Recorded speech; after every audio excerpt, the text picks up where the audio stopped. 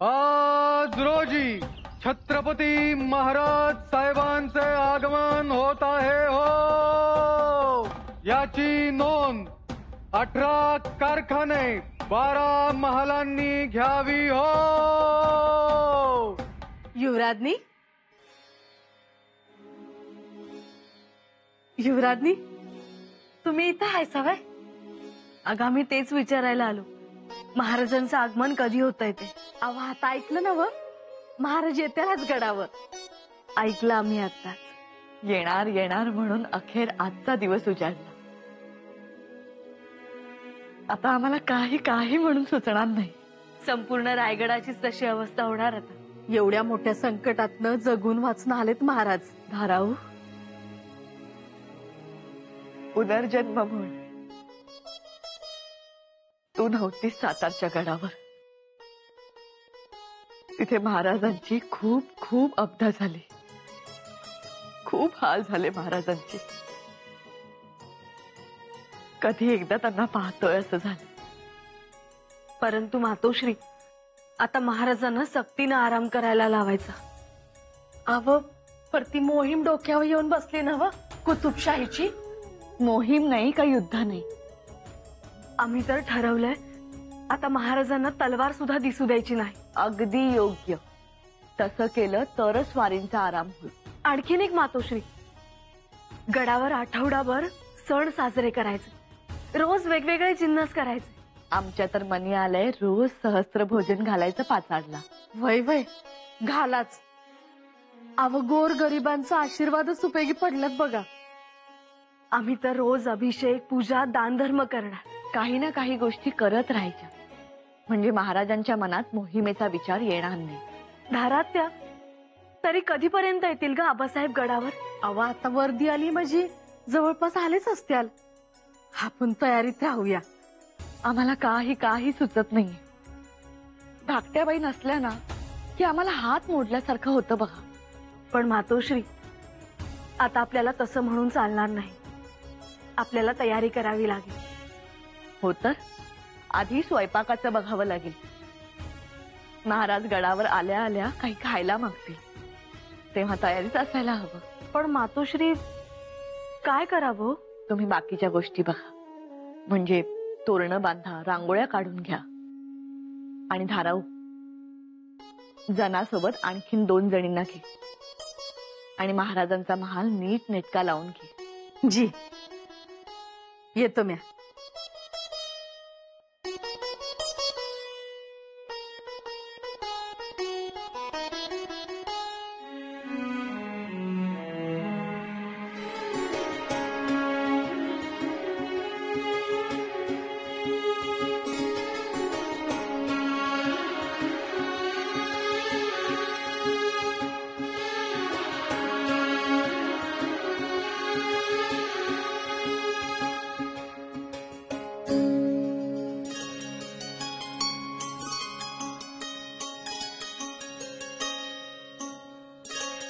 दादासाहेब,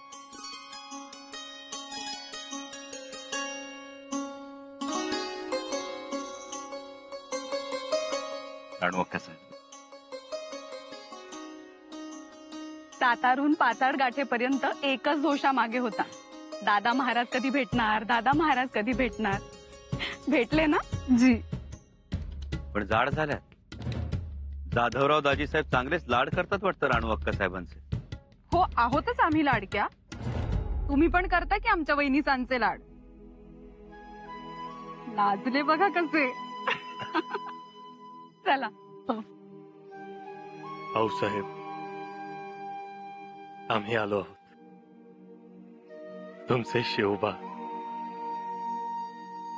जहरखान्याच्या विळख्यात सापडलो होतो, पण तुमच्या लाडक्या शंभूराजांनी आम्हाला त्यातून सुखरूप बाहेर काढलं. साहेब, तुम्हाला सांगायचं म्हणजे शंभूराजांनी रात्रीचा दिवस केला. खूप धावले, खूप पळाले आमच्या काळजीपोटी.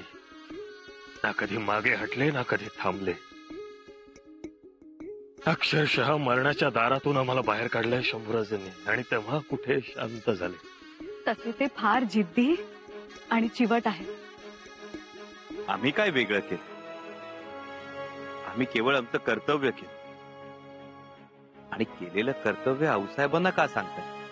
शंभूराजे, आम्ही हे सगळं आऊसाहेबांना सांगतोय कारण आम्हाला खूप अभिमान वाटतो तुमचा. आऊसाहेब, सध्याच्या जगात बापात बाप नाही, लेकात लेक नाही. बापाने काळजीपोटी पोराला काही सांगितलं तर त्याला ते उपदेश वाटतं. आऊसाहेब, आपले शंभूराजे आता अशा वयात आहेत ज्या वयात प्रत्येक मुलाला स्वतःचा बाप सोडून इतर सगळे जीवाभावाचे वाटतात. पण आपले शंभूराजे तसे नाहीत.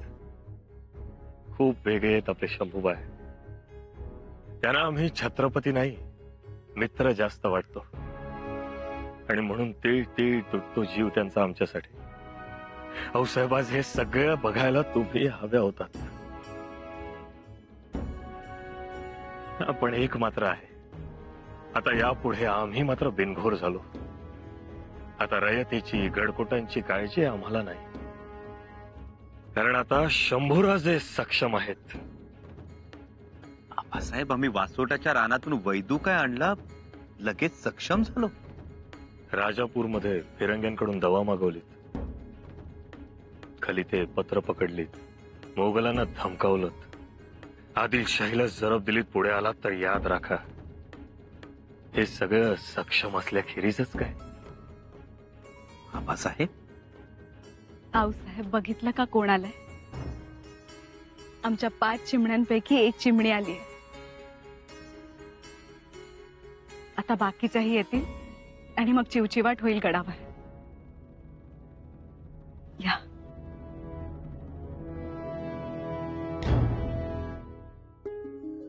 आऊसाहेब, आशीर्वाद द्या.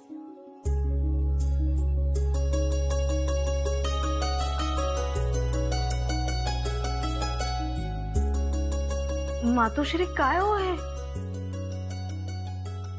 डोळे विस्फारून काय पाहताय?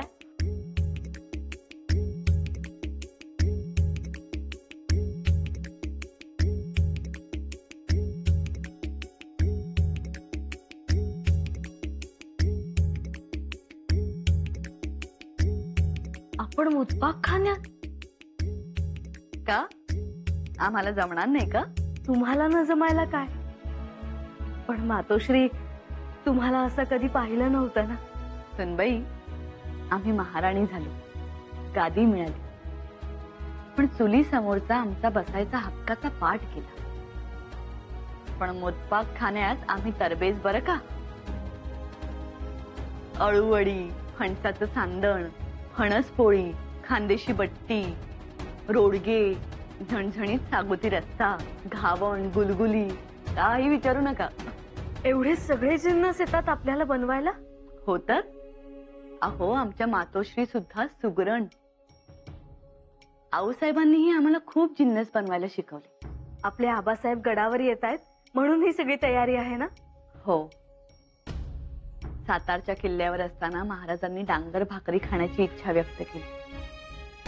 अहो, पण आजारपणात डांगर पचायला प्रकृती चांगली पाहिजे, ही गोष्ट मात्र आमच्या मनाला लागून राहिली. म्हणून आम्ही ठरवलं, एकदा का स्वारी गडावर आली की त्यांच्यासाठी डांगर भाकरी करायची. परंतु मातोश्री, डांगर तर अगदी साधा पदार्थ. स्वारींचं खाणं फारच साधं. आपण गोडधोड दिलं तर खाणार, स्वतःहून नाही मागणार. महाराजांना डांगर भाकरी आवडते म्हणून ती सर्वात सर्वात प्रसिद्ध. मातोश्री, डांगर भाकरी, काही जण गाणं म्हणतात ना ते? कोणतं? डांगर भाकर खाव, आता लढायाला जाव. महाराज, महानाजी,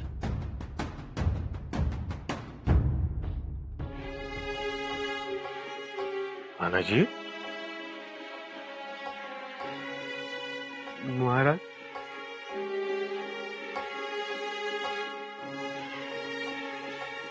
महाराज, तुम्ही आजारी पडल्याची खबर ऐकल्यापासून अन्नाचा कणही घेतला नाही त्यांनी. आनाजी,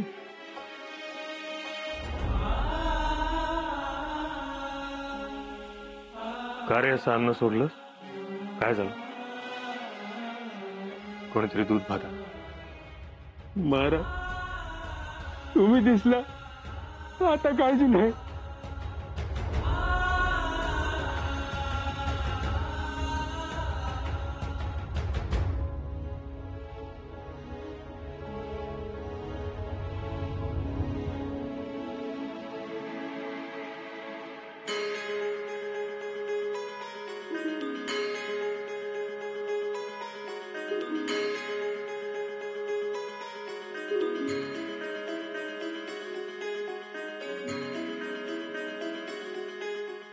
खा. महाराज खाताना बोलायचं नाही. घ्या.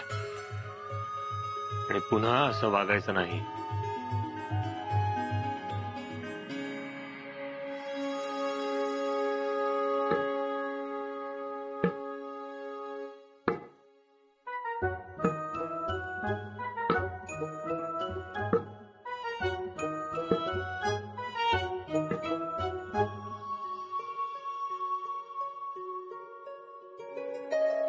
बत्तासाबाई कशा आहात तुम्ही?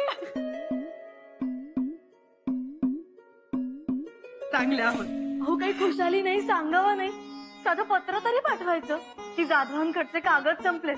कारकून नाही येत का जाधवांकडे? आता पाठवत जाऊ. कधी एकदा तुम्हाला भेटते असं झालं होतं. आम्हाला सुद्धा तुम्ही महाराजांना भेटायला सातारच्या किल्ल्यावर आला होता. तेव्हापासून आम्हाला असं झालं होतं तुम्हाला कधी एकदा भेटतो. पण आज आमचं मन भरलं. थांबा, पाया पडू द्या. नाही नाही नाही नाही नाही नाही. थांबा थांबा, तुमचा मान आहे तो, पाया पडू द्या. बरं वहिनीसा. अष्टपुत्र सौभाग्यवती भव. बत्तासाबाई बरं तुम्ही इथे काय करता? परांची गादी सोडून मुतपाकखान्यात? मातोश्रींनी आमच्यावर जबाबदारी दिली, म्हणाला करा.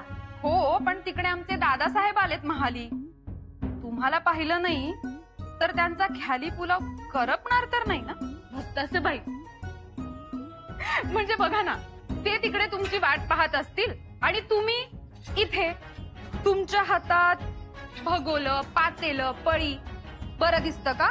बत्तासाबाई थट्टा पुरे झाली आता. आम्ही थट्टा करतोय. ठीक आहे, यापुढे थट्टा नाही.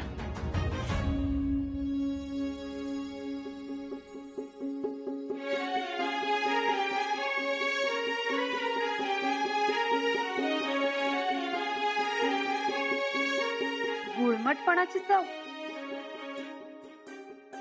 भोसल्यांच्या जेवणात गुळमटपणाची चव. चव बदलली वाटतं. नाही हो, तुमची काहीतरी गफलत होते. गफलत? आणि आमची?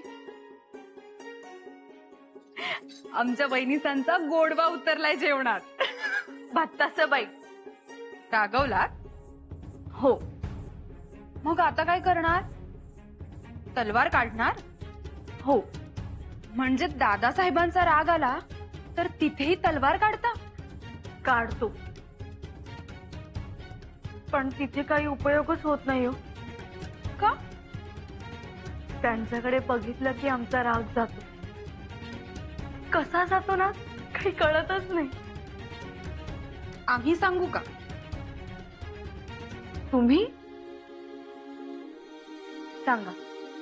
नक्की? मग कान इकडे करा. कान?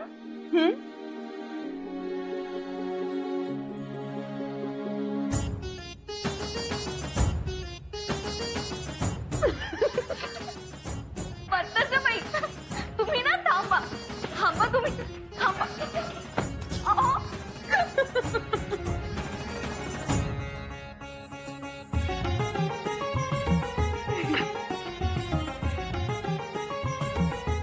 आज आम्ही खूप खूप सुखी आहोत.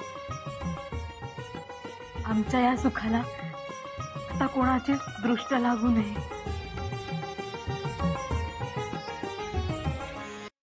बाराजे अजून किती देव राहिले नैवेद्य दाखवायचे? 3. एक जगदीश्वर, एक शिरकाई आणि तलावातील 7 अकरा. चला, आबासाहेबांना भूक लागली असेल आणि आपले नैवेद्य दाखवून झाल्याशिवाय घरातले कोणी जेवायला बसणार नाही. परंतु आपण नैवेद्य दाखवतो पण देव खातो. नाही मग आपण नैवेद्य का ठेवायचा?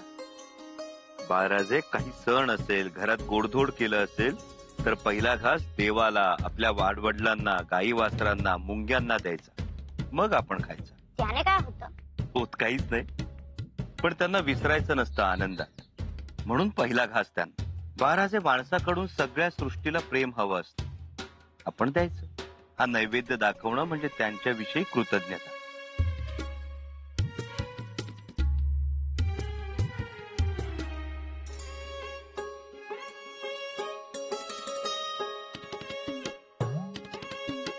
बाळराजे, अजून किती नैवेद्य दाखवायचे बाकी आहेत म्हणाला? 3. आणि नैवेद्य किती आहेत? 2. मग एक नैवेद्य कुठं गेला? कुठे गेला? तुम्हाला माहित नाही? नाही. आम्हाला माहिती. इथे गेला ना, इथे गेला ना. मग काय करणार दादासाहेब?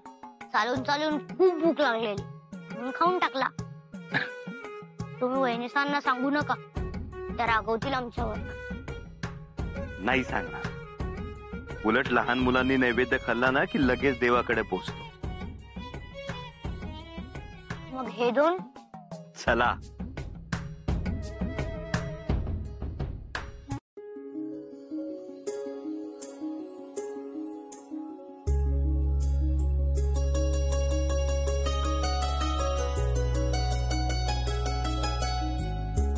आज खूप दिवसांनी असे एकत्र जेवायला बसलोय. आपणालाच निवांत वेळ मिळत नाही.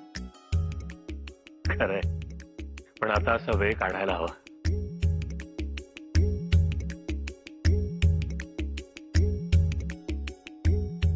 डांगर कसं झालंय? छान झालंय. आम्ही केलंय. असं? आम्हाला वाटलं सुनबाईंनी केलं असं. आम्ही?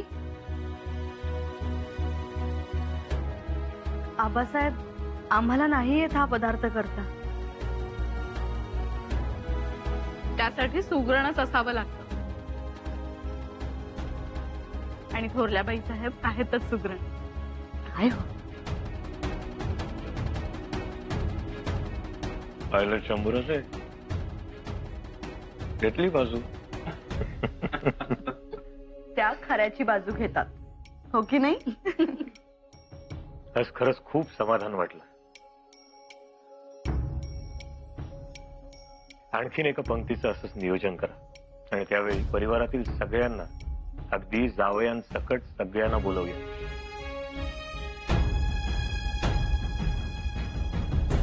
हो, पण आमच्याकडे असं गोड जेवण जरा कमीच तयार केलं जातं. म्हणजे बोकड? हो, तागुतीशिवाय जेवणच होत नाही. मग तेही करू की. शंभूराज आहे, या मनावर. जी. अशा पंक्ती कोणा एकाच नाही तर संपूर्ण कुटुंबाचं आरोग्य वाढवतात.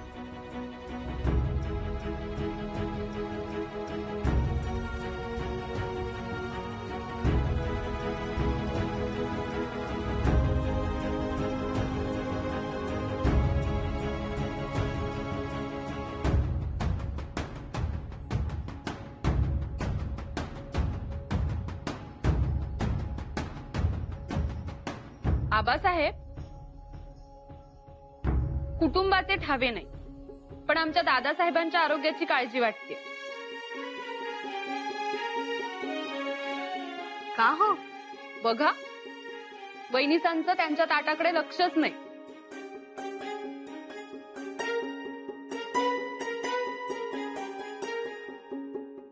अगबाई, खरंच की शंभूराजांचं ताट रिकामं झालंय.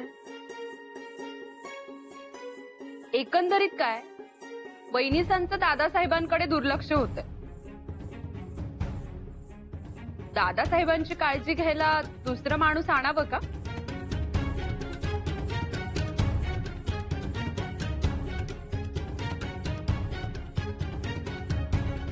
करा विचार.